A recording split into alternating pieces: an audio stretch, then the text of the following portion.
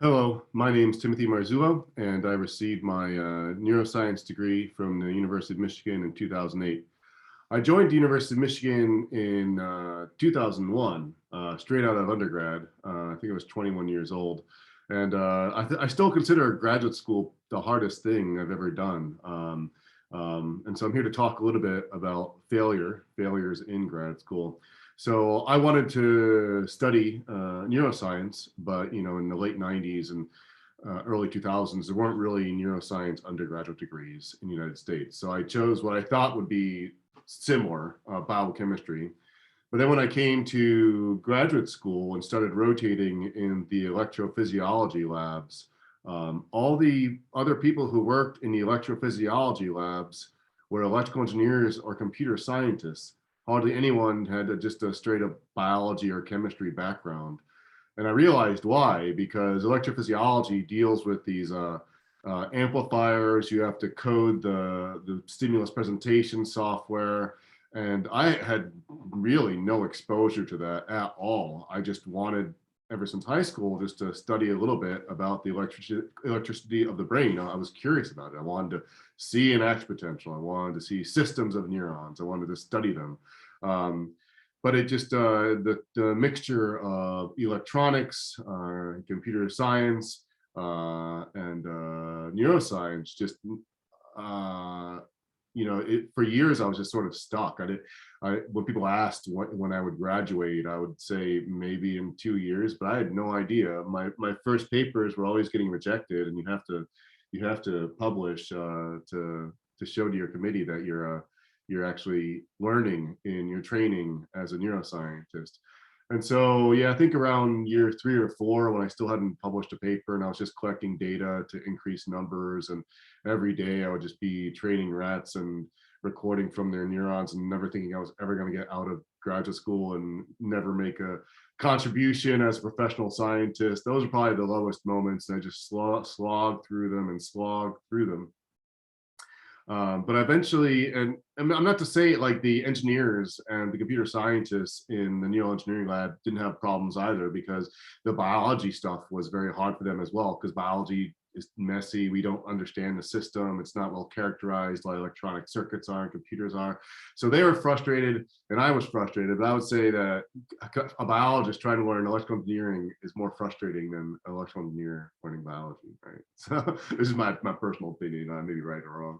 Um, and so the lowest, it took me, there were 11 people in my graduate school class, and I was the last to graduate at 7.5 years. I mean, it took me 7, but by the time I walked, it was 7.5.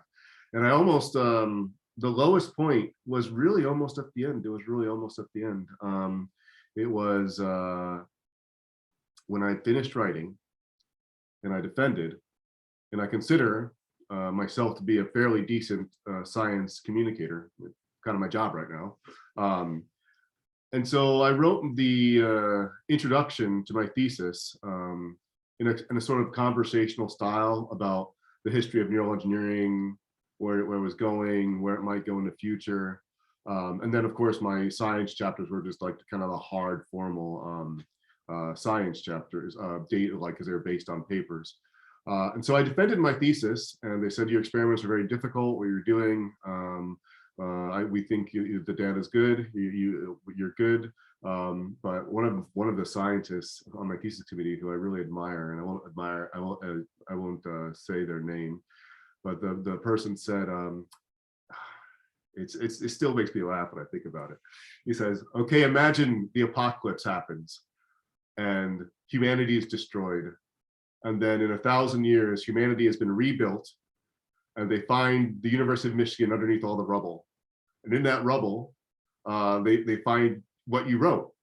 And are they going to think it's a magazine article, or is it a dissertation? Because the way I read it, it sounds like a magazine article. And all the other people on my thesis committee agreed that the introduction needed to be rewritten, and it needed to sound more scholarly. It needed to sound more boring. And so I was being asked to make something more boring, which sort of like goes against who I am as a person, because I think a lot about scientific communication, and scientists aren't usually trained how to effectively present information and concepts. So that was kind of cutting. But I did see their point. But I was just, after 7 years of being in grad school, I could not even look at that dissertation at all. Like my brain was just fried. I couldn't do it. I finished writing the damn thing. I wanted to graduate. And so I just got in my 1981 Toyota, and I just took 4 weeks off and drove around the country on a road trip. I didn't have any money. It was all credit card. I went into debt, eventually paid it off, but that was a pure credit card trip. But I met people, had adventures. I have an ancient blog post about it. Marzullo had queries if you want to check it out. But I was really, I was trying to work on it, but I just couldn't motivate myself. And I was at a bar having pizza in Salt Lake City with a friend of mine. I said, what if I just walk away? I just really don't feel like rewriting this introduction. And my friend looked at me and said, Tim, that would be the dumbest thing you could possibly do. They're not asking you to collect more experiments. They're not asking you to analyze your data. They're asking you to write the introduction. Just chain yourself to a desk for a month and do it. And I look at him and I said, yeah, you're right. And actually there are a lot more swear words in what he said to me, but we want to keep this PG rated and keep the language formal without expletives. But you can imagine what he really did say to me, because he was trying to like shake me, like the scene, the famous scene between Matt Damon and Ben Affleck in that great movie.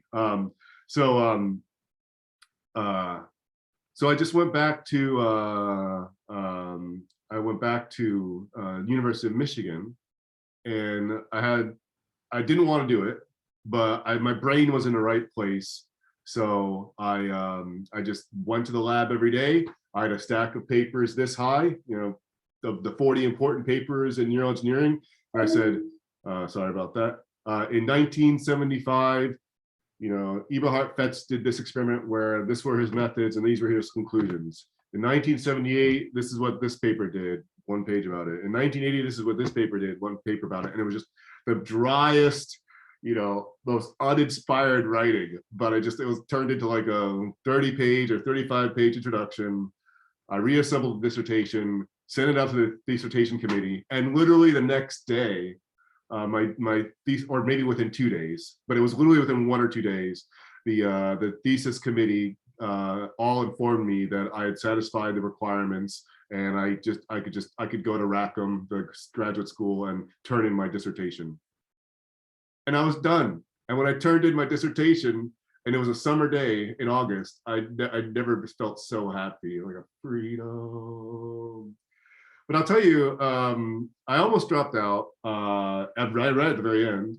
And also I was really frustrated because the mixture of engineering and neuroscience and computer science was just so difficult.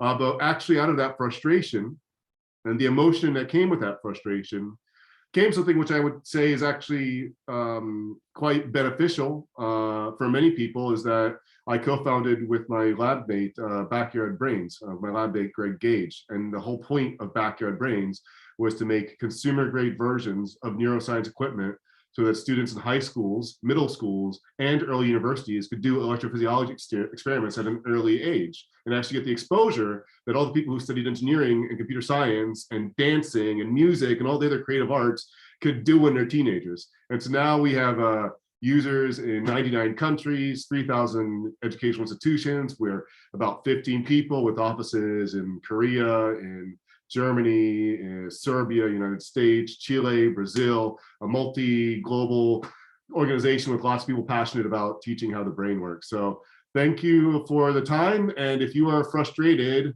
use that emotion to create something new and beautiful. 감사합니다.